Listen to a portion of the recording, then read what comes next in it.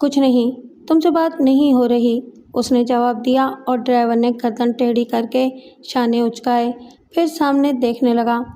آہستہ بات کرو، وہ مجھ سے بولا اور میں نے گردن ہلا دی۔ ارجن پورہ میں ہوٹل گلباز ہے، تم وہاں کمرہ بآسانی حاصل کر سکتے ہو۔ اپنے کمرے میں آرام کرنا اور کسی کو کوئی شک نہ ہونے دینا، کمرے سے باہر نہ نکلنا۔ میں کل دن میں کسی وقت آؤں گا اور اس کے بعد تمہیں اپنا آئندہ پروگرام بتاؤں گا۔ اوہ، تم کہاں جا رہے ہو؟ میں نے گھبرا کر پوچھا۔ ہمت کرو یار، کیسے انسان ہو؟ میں اپنے کام کے سلسلے میں جاؤں گا۔ تم فکر مت کرو، اس نے جھلائے ہوئے انداز میں کہا اور خاموش ہو گیا۔ ابھی چلے جاؤ گے؟ تھوڑی دیر کے بعد میں نے پوچھا۔ ہاں، کیوں؟ میرا مطلب ہے کہ رات گزار کر صبح چلے جانا۔ نہیں شیرو، میں تمہارا بھی زیادہ وقت نہیں برباد کرنا چاہتا۔ ابھی 2-1 دن میں تمہاری تصاویر اخبارات میں چھپ جائیں گی اور یہاں کے لوگ بھی تمہاری شکل سے واقف ہو جائیں گے۔ اس کے بعد تمہیں مشکلات پیش آئیں گی۔ میں چاہتا ہوں یہ مشکلات پیش آنے سے پہلے ہی تمہاری حفاظت کا بندوبست کر دوں۔ جیسا تم مناسب سمجھو، میں نے خشک ہونٹوں پر زبان پھیرتے ہوئے کہا، اور تھوڑی دیر کے بعد ہم ارجن پورہ پہنچ گئے۔ گلباز درمیانے درجے کا ہوٹل تھا۔ میں نے اس میں ایک کمرہ حاصل کر لیا اور پھر وہ مجھے تسلی دے کر چلا گیا۔ میں ہوٹل میں مقیم ہو گیا۔ رات تو گزر ہی چکی تھی۔ صبح کو میں نے غسل کر کے لباس تبدیل کر لیا اور پھر بیرے کو بلا کر ناشتہ طلب کیا۔ ناشتے سے فارغ ہو کر میں نے برتن اٹھوائے اور پھر دروازہ بند کر کے مسیری پر پہنچ گیا۔ 24 گھنٹے کی تھکن تھی، گو عجیب و غریب خیالات کی وجہ سے دماغ پریشان تھا، لیکن نیند نے تمام الجھنوں سے آزاد کر دیا۔ آنکھ کھلی تو دن ڈھل چکا تھا اور خوب زور کی بھوک لگ رہی تھی۔ منہ ہاتھ دھویا، اس کا خیال آیا اور میں پریشان ہو گیا، کہیں ایسا نہ ہو کہ وہ آیا ہو اور آوازیں دے کر چلا گیا ہو۔ لیکن جائے گا کہاں؟ پھر آئے گا۔ میں نے دوبارہ بیرے کو بلا کر چائے اور ہلکے پھلکے کھانے کا آرڈر دیا۔ چائے ہی ٹھیک تھی۔ کھانے کا وقت گزر گیا تھا اور پھر چونکہ میں دن بھر سوتا رہا تھا، اس لیے معدہ بھی صحیح کام نہیں کر رہا تھا۔ چائے کی 2 پیالیوں نے ذہن صاف کر دیا۔ تقریباً 5 بجے تھے جب وہ واپس آیا۔ اس کے چہرے پر عجیب سے تاثرات تھے، آنکھوں میں ایک خوفناک سی چمک تھی۔ میں نے مسکراتے ہوئے اس کا خیر مقدم کیا۔ وہ بڑا پرجوش نظر آ رہا تھا۔ شیرو، قدرت کے انتقام کے بارے میں تمہارا کیا خیال ہے؟ شدید ہوتا ہے، میں نے جواب دیا، اور مجھے اپنی کہانی یاد آ گئی۔ ظالم دھرمانند کو میرے ہاتھوں اذیتناک سزا ملی تھی۔ اس نے بہت سے دل دکھائے تھے، بہت سی جوانیوں کو پامال کیا تھا۔ ہاں، قدرت انتقام ضرور لیتی ہے شیرو۔ آج میں نے وہ دیکھا ہے جو میرے خواب و خیال میں بھی نہیں تھا۔ ہاں، جس کا میں نے تصور بھی نہیں کیا تھا۔ لیکن کیا میں احمق ہوں؟ کیا میں اپنے انتقام کا ارادہ ترک کر دوں؟ ہرگز نہیں۔ وہ اپنے کیے کی سزا بھگت رہی ہے، میرا انتقام تو ابھی باقی ہے، دونوں سے۔ میں نے جو کچھ سوچا ہے اسے مکمل کروں گا، ہر قیمت پر۔ اس کا چہرہ غصے سے سرخ ہو گیا تھا۔ آج کی کیفیت میرے لیے انوکھی تھی۔ اس سے قبل میں نے اسے اس رنگ میں نہیں دیکھا تھا، لیکن اس کی بات کا ایک بھی لفظ میری سمجھ میں نہیں آیا تھا اور میں احمقوں کی طرح اس کی شکل دیکھ رہا تھا۔ چند ساعت کے بعد اسے بھی احساس ہو گیا کہ وہ جو کچھ مجھ سے کہہ رہا ہے حماقت ہے، مجھے تو کچھ بھی نہیں معلوم، اور اس کے چہرے کے تاثرات معمول پر آنے لگے، اور پھر وہ بالکل نارمل ہو گیا اور پشیمانی سے مسکرانے لگا۔ آرام سے بیٹھو دوست، کیسی انوکھی بات ہے، تم نے آج تک مجھے اپنے نام سے بھی واقف نہیں کیا۔ میں بھی اس لیے مجبور نہیں کر سکا تھا کہ تمہاری حیثیت ایک ہمدرد، مددگار یا آقا کی سی تھی، اور یہ درست ہے کہ وقتی طور پر صحیح، لیکن تم مجھے موت کے شکنجے سے نکال لائے ہو۔ چنانچہ میں تمہیں کسی ایسی بات کے لیے مجبور نہیں کروں گا جو تم پسند نہ کرو، لیکن میری کہانی تو سن لو، اس میں تو کوئی حرج نہیں ہے۔ ہاں، تم مجھے اپنے بارے میں بتاؤ، ویسے تم مجھے نعمان کہہ کر مخاطب کر سکتے ہو۔ شکریہ نعمان، میں غریب دیہاتی ہوں، کسان سمجھ لو۔ والدین زندہ تھے تو گاؤں سے دور قصبے کے اسکول میں پڑھنے جاتا تھا۔ 6 کلاسیں پڑھی تھیں، لیکن پھر حالات اجازت نہ دے سکے اور پڑھائی چھوڑ دی اور باپ کے ساتھ کام کرنے لگا جو کہ بیمار تھا۔ پھر ایک دن باپ کا ساتھ چھوٹ گیا۔ اس کی موت کے 8 سال تک ماں زندہ رہی اور پھر ایک دن وہ بھی چھوٹی بہن کو میرے سپرد کر کے چل بسی۔ رجو میری زندگی تھی۔ پھر جب حوث کے مارے کتے دھرمانند نے اس کی طرف بری نگاہ ڈالی تو میں نے پوری کہانی اسے سنا دی۔ وہ میری کہانی سے بہت زیادہ متاثر نظر آ رہا تھا۔ کہانی ختم ہونے کے بعد اس نے گردن ہلاتے ہوئے کہا، فکر مت کرو میرے دوست، تمہارے دکھوں کا مداوع ہو جائے گا، لیکن سنو، مجھے تمہاری مدد کی ضرورت ہے۔ میں جو کچھ کہوں اس پر خلوص سے عمل کرنا۔ ممکن ہے کہ وہ کوئی ناگوار کام ہو، لیکن میری زندگی سے اس کا گہرا تعلق ہے۔ رہی میری کہانی تو وہ بھی موقع ملنے پر تمہیں سنا دوں گا، ابھی اس کا وقت نہیں آیا۔ میں خاموشی سے اس کی شکل دیکھنے لگا۔ وہ کسی گہری سوچ میں ڈوب گیا تھا۔ پھر اس نے ایک گہری سانس لی اور میری طرف دیکھ کر مسکرانے لگا۔ گاؤں کی خوبصورت زندگی میں کبھی تم نے کسی سے محبت بھی کی ہے؟ نہیں دوست، اس کے لیے وقت نے اجازت نہیں دی، لیکن تم جوان ہو، خوبصورت ہو، اور پھر عورت تو زندگی کی اہم ضرورت ہے۔ ٹھیک ہے، لیکن اس ضرورت کے لیے فرصت نہیں ملی۔ خوب، پھر اب کیا خیال ہے؟ میں نہیں سمجھا۔ میں نے حیرت سے کہا، میری یہ خواہش بھی ہے اور میں یہ چاہتا بھی ہوں کہ تمہیں ایک عورت سے ملاؤں۔ اوہ، کون ہے وہ، اور تم مجھے اس سے کیوں ملانا چاہتے ہو؟ میں نے تعجب سے پوچھا۔ وہ بولا، یوں سمجھ لو کہ یہ میرے کام کے سلسلے کی ایک کڑی ہے۔ میں تمہارے ساتھ اس کے مکان کے دروازے تک چلوں گا، تم اندر چلے جانا۔ اب اس کا گھر ایسا نہیں ہے جہاں کسی کو آنے جانے میں دقت ہو۔ ہر وہ شخص وہاں جا سکتا ہے جو اس کی قیمت ادا کر سکے۔ حالانکہ اس سے قبل وہ ایسی نہیں تھی۔ میری آہوں کا طفیل ہے اور خدائی انتقام ہے۔ اس کی روح کچل رہی ہے، عذاب قبر میں مبتلا ہے وہ، اور یہی اس کا انجام ہے، اور یہی اس کا انجام تھا۔ اس کے ہونٹ مڑ گئے اور چہرہ غصے سے بھیانک ہو گیا۔ کئی منٹ تک اس کی یہی کیفیت رہی، لیکن پھر وہ اعتدال پر آ گیا اور میری طرف دیکھ کر بولا، تو تیار ہو جاؤ میرے دوست، ہم آج ہی اس کے پاس چلیں گے۔ ٹھیک ہے، میں نے گردن ہلا دی اور وہ باہر نکل گیا۔ میں نے سوٹ کیس سے سب سے اچھا سوٹ نکالا۔ عجیب و غریب کام سپرد کیا تھا اس نے۔ بہرحال میں اس کے حکم سے سرتابی نہیں کر سکتا تھا۔ میں نے سوٹ پہنا، بال سنوارے اور پھر وہ اندر آ گیا۔ اس نے مجھے دیکھا اور گردن ہلا کر مسکرانے لگا۔ پھر اس نے بہت سے نوٹ نکال کر میری طرف بڑھائے۔ انہیں رکھ لو، اس کو منہ مانگی قیمت دینا ہوگی، اور یہ بھی رکھ لو۔ اس نے ایک تیز دھار خنجر نکال کر میری طرف بڑھایا اور میں چونک پڑا۔ یہ کیوں؟ اس کا کیا کرنا ہے؟ میں نے چونک کر پوچھا۔ اس کے استعمال کی ضرورت بھی پیش آئے گی، اس نے پراسرار انداز میں کہا، اور میں اس کی شکل دیکھنے لگا، لیکن اس کی نگاہوں سے نگاہ ملتے ہی میری حیرت رفع ہو گئی۔ میرے اپنے خیالات ننھے منھے پرندوں کی طرح ذہن سے پرواز کر گئے اور میں بے چوں چرا اس کے احکامات پر عمل کرنے کے لیے تیار ہو گیا۔ چنانچہ میں نے خنجر لے کر لباس میں چھپا لیا اور پھر ہم دونوں گلباز ہوٹل سے باہر نکل آئے۔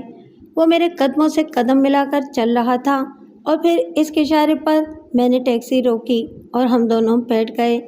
میراں باغ، اس نے کہا، اور ٹیکسی آگے بڑھ گئی۔ راستے میں کوئی گفتگو نہیں ہوئی۔ میرے ذہن میں بھنور سے اٹھ رہے تھے، کچھ عجیب سی کیفیت تھی۔ بہرحال ایک جگہ پہنچ کر ٹیکسی رک گئی۔ اترو، اس نے کہا، اور میں دروازہ کھول کر نیچے اتر گیا، اور پھر میں نے پرس سے نوٹ نکال کر ٹیکسی کا بل ادا کر دیا۔ اس نے میرا بازو پکڑا اور ایک طرف بڑھ گیا اور پھر تھوڑی دور چل کر رک گیا۔ شیرو، اس نے سنجیدگی سے کہا، وہ مکان دیکھ رہے ہو، وہ جہاں سبز روشنی ہے؟ ہاں، جاؤ بے دھڑک اندر داخل ہو جاؤ۔ تم جانتے ہو تمہیں کس طرح گفتگو کرنی ہے، تمہیں اچھی طرح معلوم ہے۔ اس کی آواز میرے حواس پر چھا گئی اور میں نے گردن ہلا دی۔ ہاں مجھے معلوم ہے، مجھے سب کچھ معلوم ہے، اور میرے قدم آگے بڑھ گئے، لیکن تھوڑی دور چل کر میں نے پلٹ کر دیکھا، وہ میرے ساتھ نہیں تھا۔ نہ جانے وہ کس طرف چلا گیا تھا، کسی پھندے میں نہ پھنس جاؤں، نہ جانے وہ مجھ سے کیا کرانا چاہتا ہے۔ میں نے ایک لمحے کے لیے سوچا، لیکن پھر اچانک اس کی آواز حواس پر مسلط ہو گئی۔ مجھے وہی کرنا تھا جو اس نے کہا تھا۔ ہاں، میں اب تک وہی کر رہا تھا جو وہ چاہتا تھا۔ یہ سب کچھ جو میں کر رہا تھا اسی کے اشارے پر کر رہا تھا۔ میری اپنی حیثیت تو کچھ نہیں تھی، میں بہرحال ایک سادہ لوح دیہاتی تھا، کوئی شہری جوان نہ تھا، مجھے ان معاملات کے بارے میں کوئی واقفیت نہیں تھی، لیکن میرے اندر کوئی اور شخصیت کام کر رہی تھی۔ میں تو یہ سب کچھ نہیں کر سکتا تھا۔ سبز روشنی والے مکان کے دروازے پر میں رک گیا اور میں نے کال بیل پر انگلی رکھ دی۔ زیادہ انتظار نہ کرنا پڑا۔ چند لمحات کے بعد دروازہ کھل گیا اور ایک بوڑھی عورت نے باہر جھانکا۔ فرمائیے، اس نے مجھے غور سے دیکھتے ہوئے کہا۔ مہمان ہوں، میرے منہ سے بے اختیار نکل گیا۔ اوہ، آ جائیے۔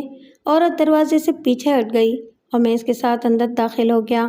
ایک بار پھر مجھے اطمینان سا ہو گیا تھا، جیسے کسی اندرونی قوت نے مجھے سنبھال لیا ہو۔ بوڑھی عورت مجھے مکان کے خوبصورت ڈرائنگ روم میں لے گئی اور بولی، تشریف رکھیے۔ کیا آپ پہلے بھی یہاں آ چکے ہیں؟ نہیں، میرے منہ سے نکل گیا۔ تب پھر آپ کو پتہ کس سے معلوم ہوا؟ ایک عزیز دوست سے، میں نے جواب دیا۔ ٹھیک ہے، بیبی تیار ہو رہی ہے، براہ کرم 500 روپے عنایت فرما دیں۔ جی، میں نے کہا اور پرس سے 500 روپے کے نوٹ نکال کر بوڑھی کی گود میں ڈال دیے۔ شکریہ، اس نے کہا اور ڈرائنگ روم سے نکل گئی۔ واپس آئی تو چائے کی ٹرالی کے ساتھ تھی، جس پر عمدہ برتن سجے ہوئے تھے۔ اس کے بارے میں کچھ کہنے بھی نہ پایا تھا کہ خوبصورت لباس میں ملبوس ایک خوبصورت عورت اندر آ گئی۔ اس نے بڑے گھریلو انداز میں مجھے سلام کیا تھا۔ میں نے گردن کے اشارے سے اسے جواب دیا اور وہ میرے سامنے صوفے پر بیٹھ گئی۔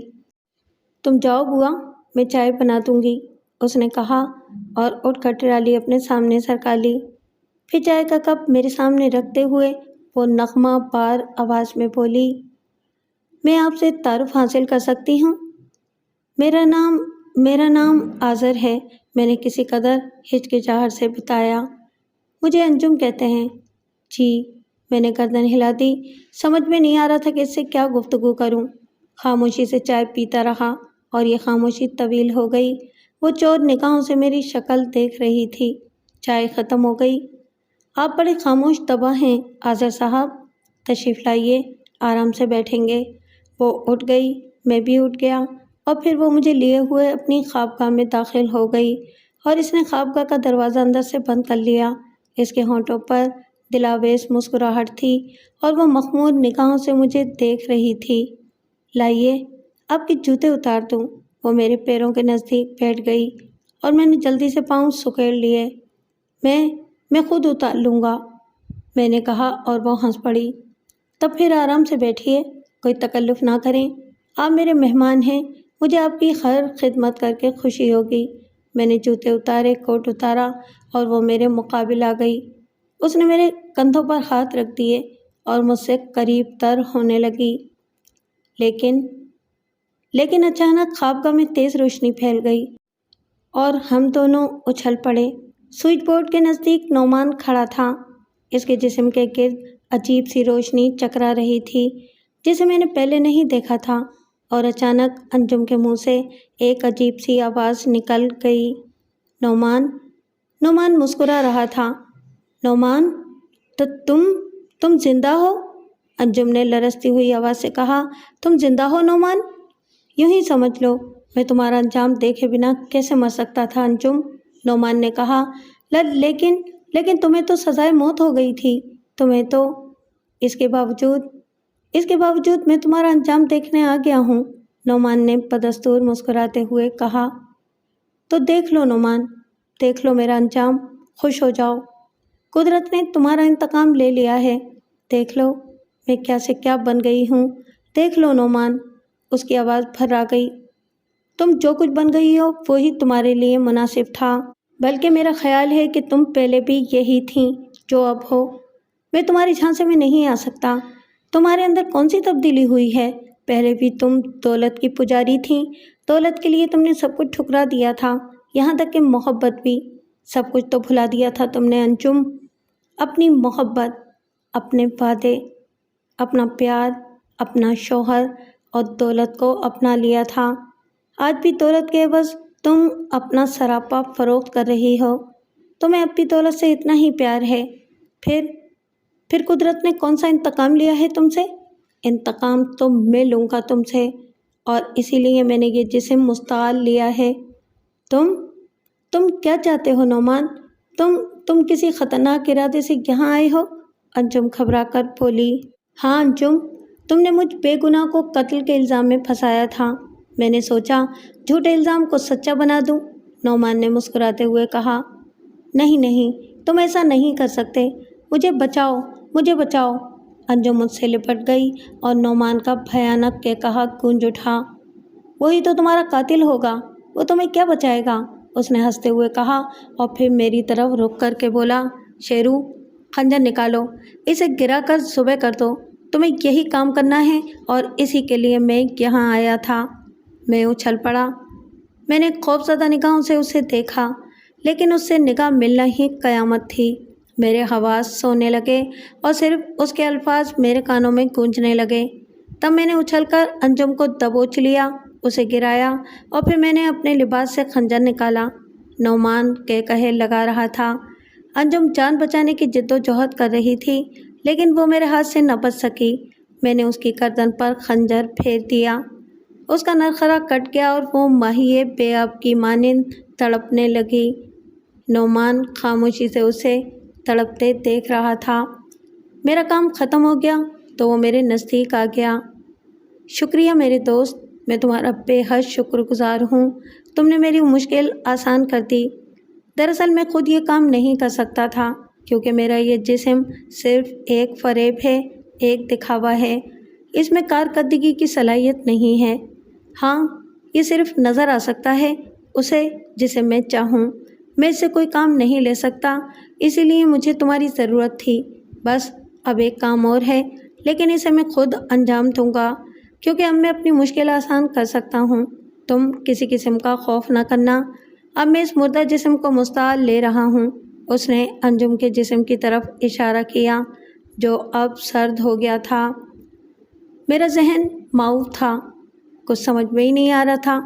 وہ فرش پر لیٹ گیا، اس نے آنکھیں بند کر لیں، اور پھر اچانک اس کا جسم میری نگاہوں کے سامنے سے غائب ہونے لگا۔